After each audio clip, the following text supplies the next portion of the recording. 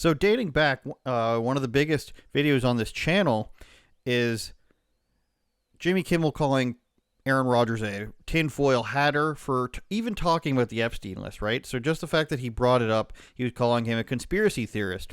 So about a couple weeks ago, Aaron Rodgers brought up the fact that this stuff is coming out now, and people like Jimmy Kimmel are going to be upset that it's coming out. Now, he explained that the reason why he said that was because Jimmy Kimmel called him crazy several times for saying this list was going to be damning and people's names were going to be on it and this stuff was going to come out. Jimmy Kimmel sort of took that as saying, you know, you're calling me a person who's attracted to minors, you might say. The new term, a map, I just don't want to get flagged so easily on YouTube, making it easy for them. But, a person, a diddler, I don't know if that word has any negative connotations in the algorithm yet. But that's what Jimmy Kimmel took Aaron Rodgers' comments as, and he threatened to sue him, wrote this whole thing out, right? So then Aaron Rodgers was announced by Pat McAfee to no longer be on the show. He said he's no longer coming on here for now the season's over, and he's happy that he's not going to be involved in any controversy anytime soon. Let's take a look at this.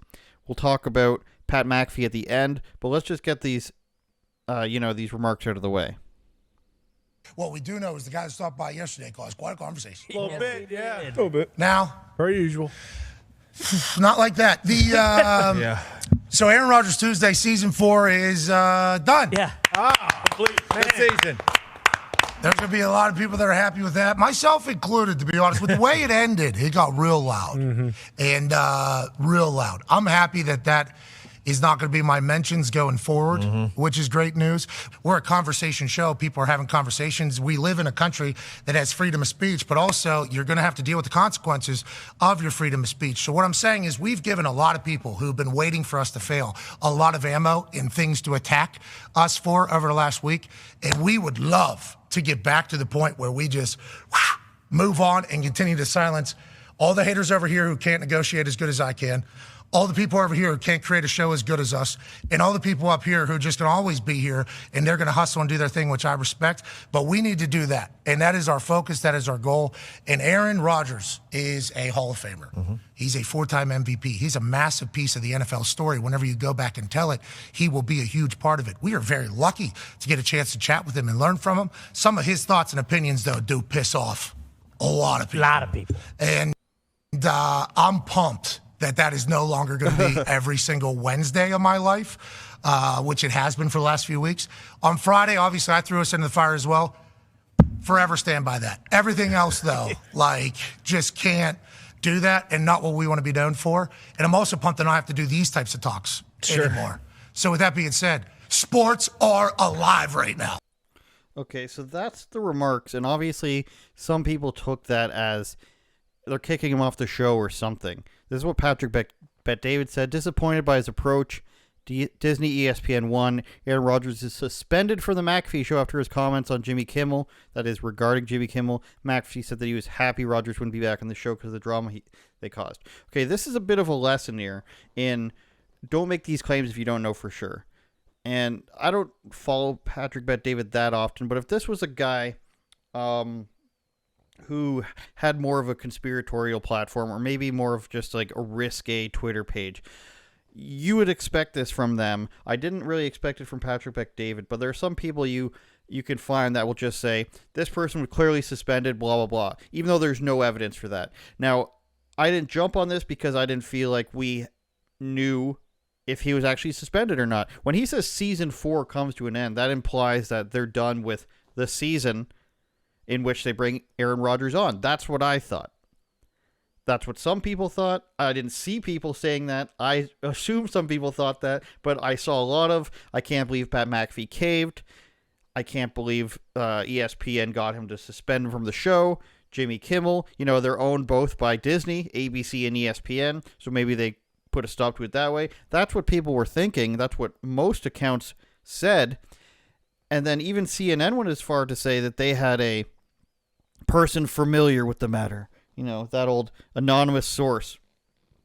A person familiar with the matter told CNN that the decision to end Rodgers' regular Tuesday appearances was due to his recent behavior, not the conclusion of the regular NFL season. spokesperson for ESPN declined to comment.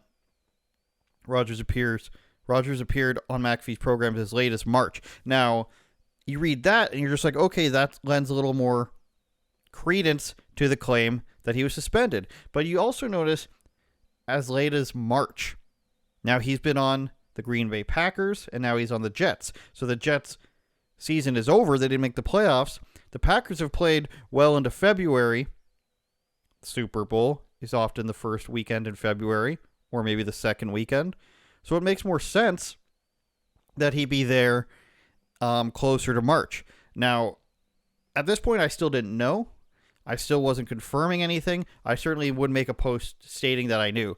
But McAfee made a very long post, and again, we'll get to McAfee in a second and what I think about his comments on this. But he made a post saying that, yeah, it was because the season was over. You know, very long post. You can go to it. And at this point, I want to thank the Pat McAfee show for not copyright claiming people. Like, we just showed that whole clip. You can't do that with Jimmy Kimmel. You can't do that with Jimmy Fallon. They copyright claim everything.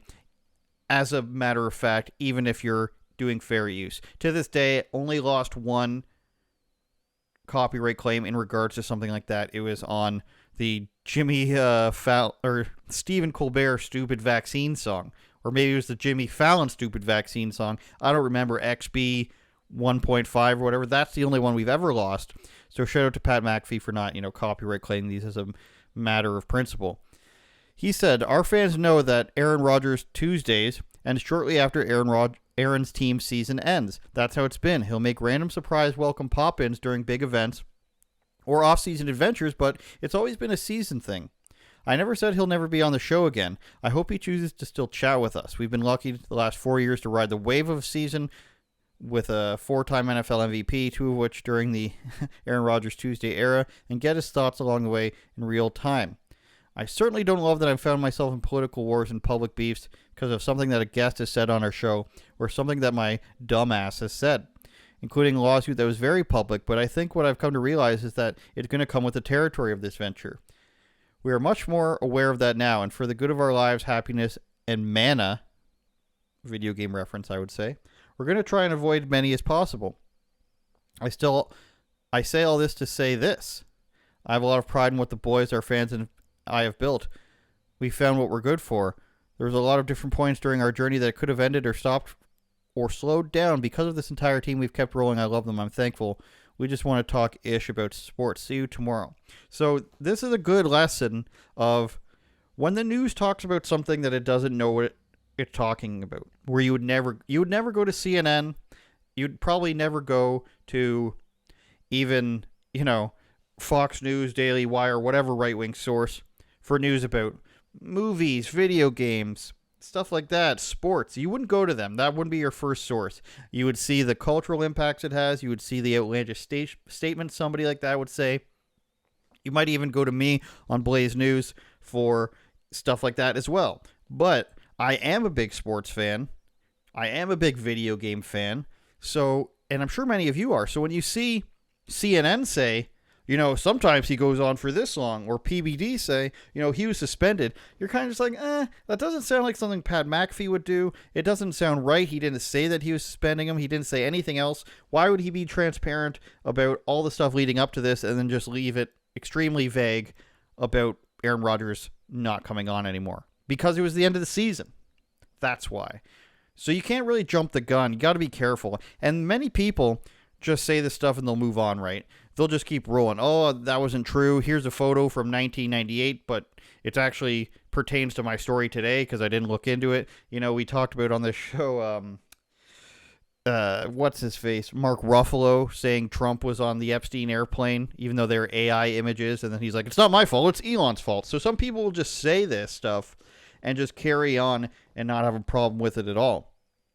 But you can't do that. You need to be sure if you truly want to be one of the people that somebody listens to. And I hope people can, on the face of it, think that I'm probably telling the truth, or I'll be honest when I say I'm speculating and I don't know. On the other hand, what Pat McAfee says here and what he says in the video is that they're very happy this is over. He's very happy that he doesn't have to be involved in this. And let's bring up what he said on Twitter as well. We're going to try to avoid as many things as possible. He said, it comes with the territory, but we're going to try to avoid avoid as many controversies as possible, and we just want to talk about sports. Now, I respect that. If you want to, your show is your show. If you only want to talk about sports, then that's fine. But I think myself and everybody else who watches these shows, and it's all crossed over, right? People who are watching Pat McAfee's show are probably fans of other things like Andrew Schultz, Joe Rogan, stuff like that. Maybe a little bit of who am I thinking of? Tim Dillon, you're probably a fan of. Maybe a little bit of Nelk or something like that. A lot of it UFC, a lot of it's crossing over. As it should, because this is how people really are. I'm a real person, believe it or not. I am human. I was human once. I watch football stuff. I watch video game stuff. I watch political stuff all day long. I watch movie stuff. I'm not just saying, there's few people. I mean, there are a lot of people, but there's very few people I think that are just like, this is the only thing I pay attention to and that's it. It's probably only people working in that industry. I say that to say this. If you want that to be your only niche, if you only want to talk about sports, that's completely fine. But I think it is a little bit telling when you say, I'm fine with everything like that, but you go out of your way to say, I really want to avoid it. I don't want to be involved in controversy. I think that's hiding. I think that's a little bit weak. And I think it's fine for you to say, I only want to focus on sports, but you knew who Aaron Rodgers was. You knew who you married when you said, we'll bring you on every single week. And then he talked about Kimmel, and then he talked about Kimmel again, and he talked about Fauci, and he talked about masks again. You knew who you were married to, Pat McAfee. And to come out and say, I don't want to be involved in that anymore because it's difficult, I find that a little bit of a weak stance, okay?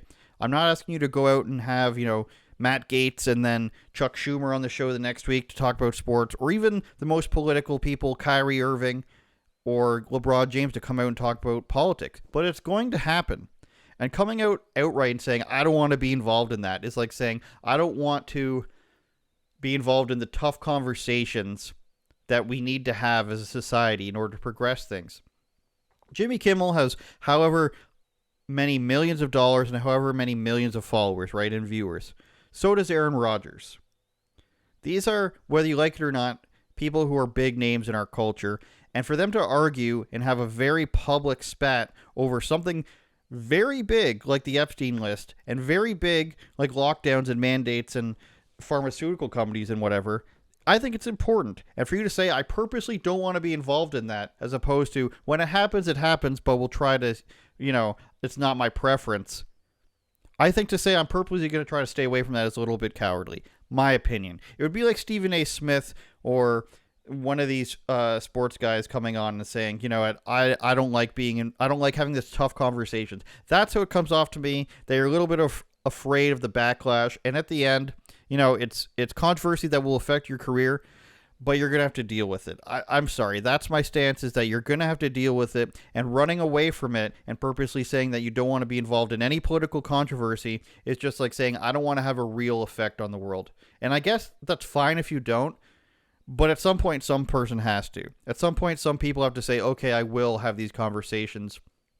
And it's kind of like somebody else is going to pick up the trash, Somebody else is going to stand up to what the government has to say. And I think we've been proven that over the last few years, you don't exactly have to go to a BLM protest or go to the Capitol, if you know what I mean.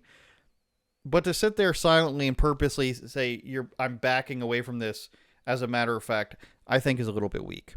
I'm sure some people are going to disagree with me, and I'm okay with that. I'm not going to say I can't talk about this anymore, or I can't be involved with it. You just gotta be okay with it. I'm not asking you to be me. I'm not asking you to be Sean Hannity. I'm just saying, you don't need to make it a point to be like, too much for me, you guys. Could have my mind changed on that. Turn it up, George.